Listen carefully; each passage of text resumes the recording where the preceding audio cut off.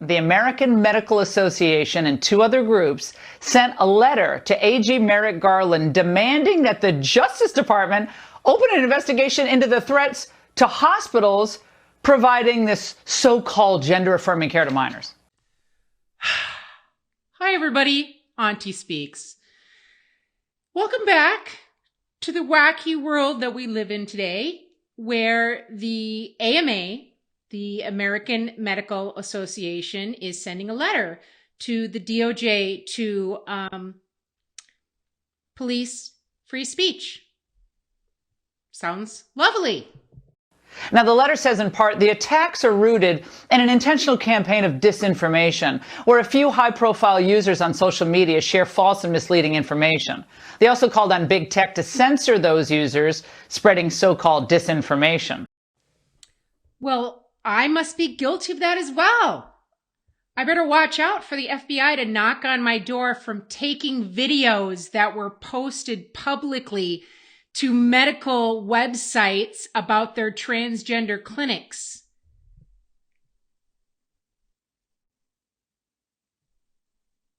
Oh, okay. Misinformation? When you're playing a video that they put out publicly? Misinformation. Misinformation? Okay. What is the new phrase of today? Bring back 1980. No, that's not it. Make 1984 fiction again. If you don't know what I mean by that, then pick up a book. Well, what they leave out is the tiny little detail that the hospitals they say are under threat are publicly posting these. Occur. Some gender-affirming hysterectomies will also include the removal of the ovaries. A phalloplasty is a procedure to basically create a penis.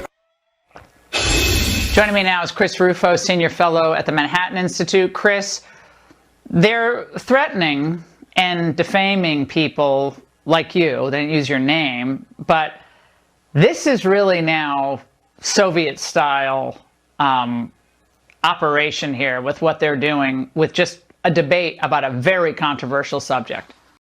So this is Laura Ingram. So why does she bring up the Soviets? That's super, super strange. Well, in the Soviet Union, the public knew that anything that came from an organization associated with the Communist Party, or if it came from the Politburo, basically everything they said was a lie, and everybody knew it. Their national paper was called Pravda, which means truth, which is definitely 1984, opposites, 2 + 2 = 5, war equals peace and everything like that. So literally that was exactly what they did in the Soviet Union. That's what they're doing here. What's the famous phrase? A lie can go around the world twice before the truth, pulls up its bootstraps. A lot of these communists, Nazi, fascist regimes realized if you tell people over and over and over and over again, the first couple times they know you're lying, the third time they know you're lying, the fourth time they know you're lying. After a while, they just start to accept it. And that's what's happening here. That's right. And here are the basic facts. We know from the medical literature that doctors in the United States are performing double mastectomies, removing the breasts of young women.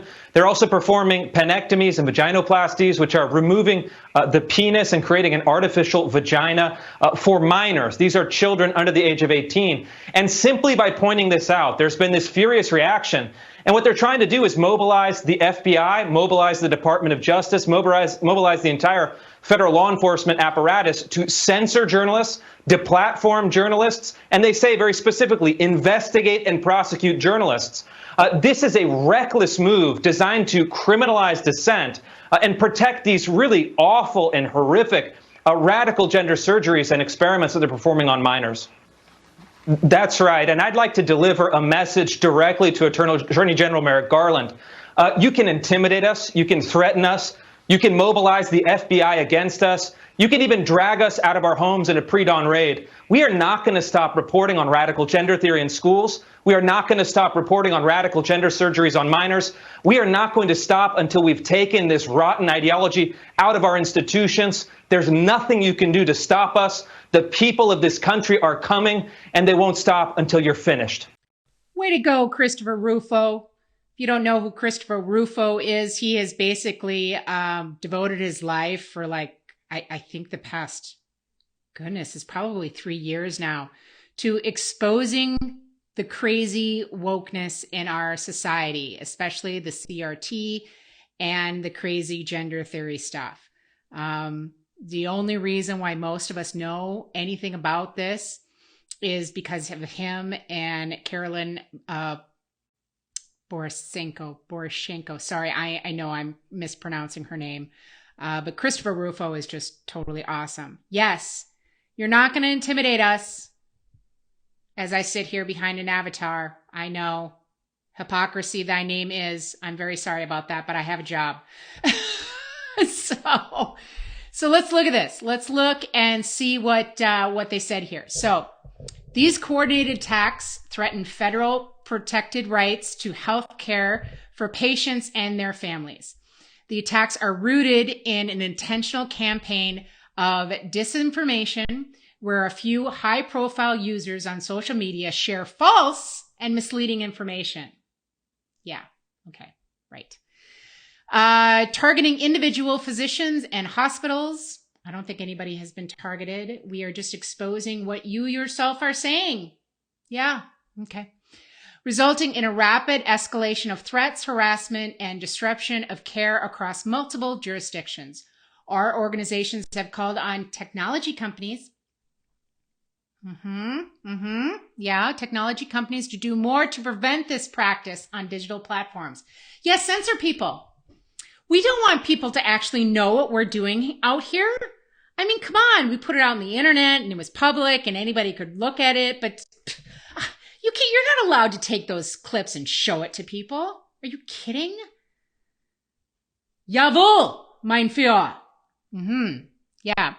We now urge your office to take swift action to investigate and prosecute all organizations and individuals and entities responsible.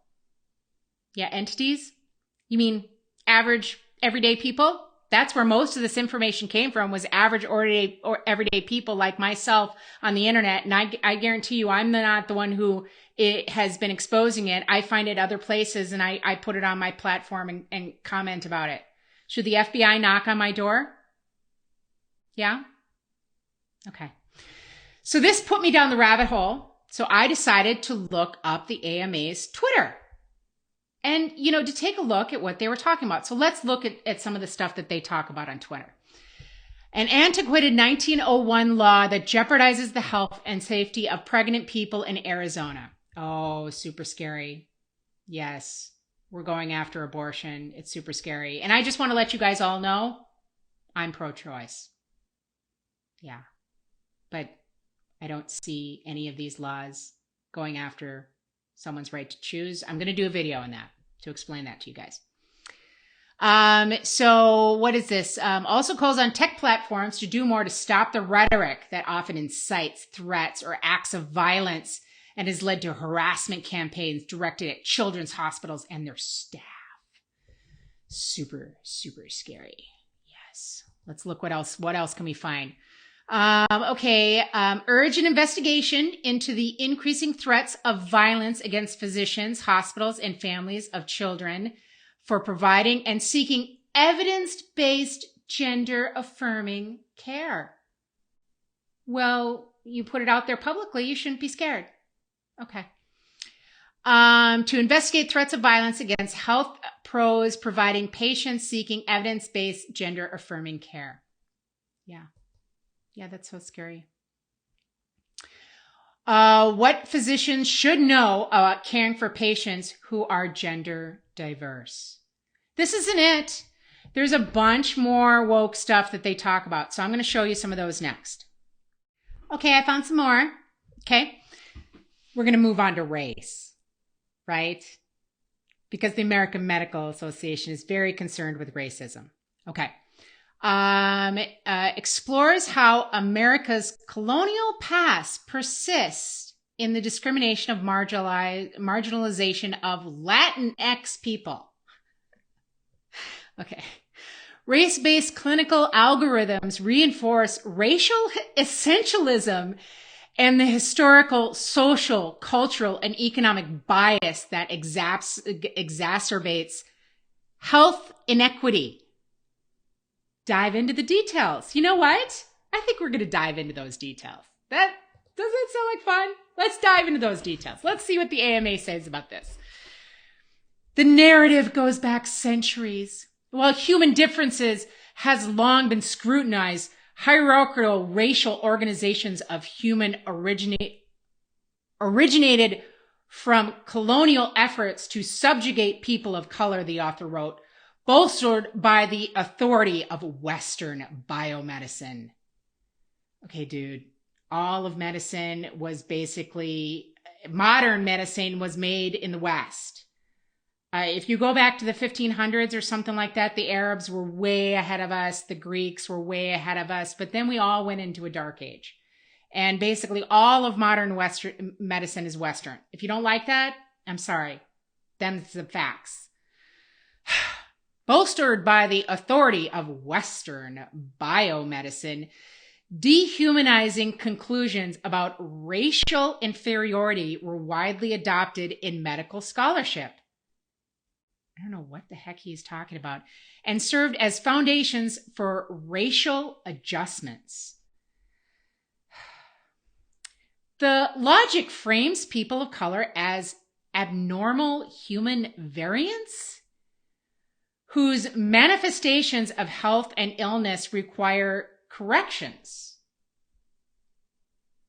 I don't understand. Do you think medicine was trying to correct Asians to be white or black to be white? I'd like the citation, please.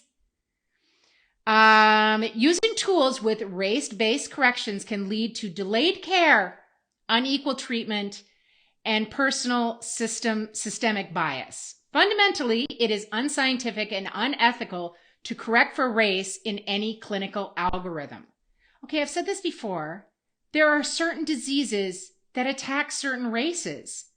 It's not racist to try to cure those diseases. You people are crazy. Okay, guys, I got a little heated under the collar, so I had to take a second. Just take a second. So we're going to read just a couple more tweets to show you where the AMA is coming from. So California Surgeon General shares the importance of representation in medicine and why it's crucial that our healthcare workers reflect the diversity of their patients. Yes, because the person curing you of cancer, you got to make sure they're the right race. Yeah, I'm sure I don't know about you guys, but I don't really care about that stuff. Women in medicine, here we go, are already underrepresented in academia. The pandemic threatens to make pronounced gender inequities even worse. I really hate this stuff. I really, really, really, really hate this stuff. Being a woman, I don't need you to help me get anywhere. I can do it on my own, and all women can do it on their own. Do you know why? Because we don't need your help. We're smart. We can do things. We're super intelligent, and we can do it on our own. We don't need your help. And AMA, we don't need you trying to help the poor woman get a job. Yeah. What does that do? That means every doctor that comes in and is a woman, you look at her and go, maybe she didn't deserve that position. Maybe she got it because she was a woman. I'm going to link below the video that I did of affirmative action. I hate it. I was an affirmative action hire, so I hate it. So we're going to move on. Female physicians face inequalities that have only been heightened by the pandemic. A panel of experts discuss how to negotiate fair compensation. Wage gap? Really? Wage gap? Okay. One expert shares why it's so important to advocate for more women in radiology. Yeah. Okay, guys. So I think we know by now that these guys are crazy wokesters. And you had to go way back in their Twitter to see them actually talking about medicine, which is what they're supposed to be doing. So FBI, yeah, there's no reason to go after anybody. DOJ, cool your powder. It is our responsibility as Americans to be the watchdogs of our society. And if we don't like what a medical institution is doing, then we should be able to expose it. So guys, thank you so much. Like, comment, and subscribe. And I will see you in the next one.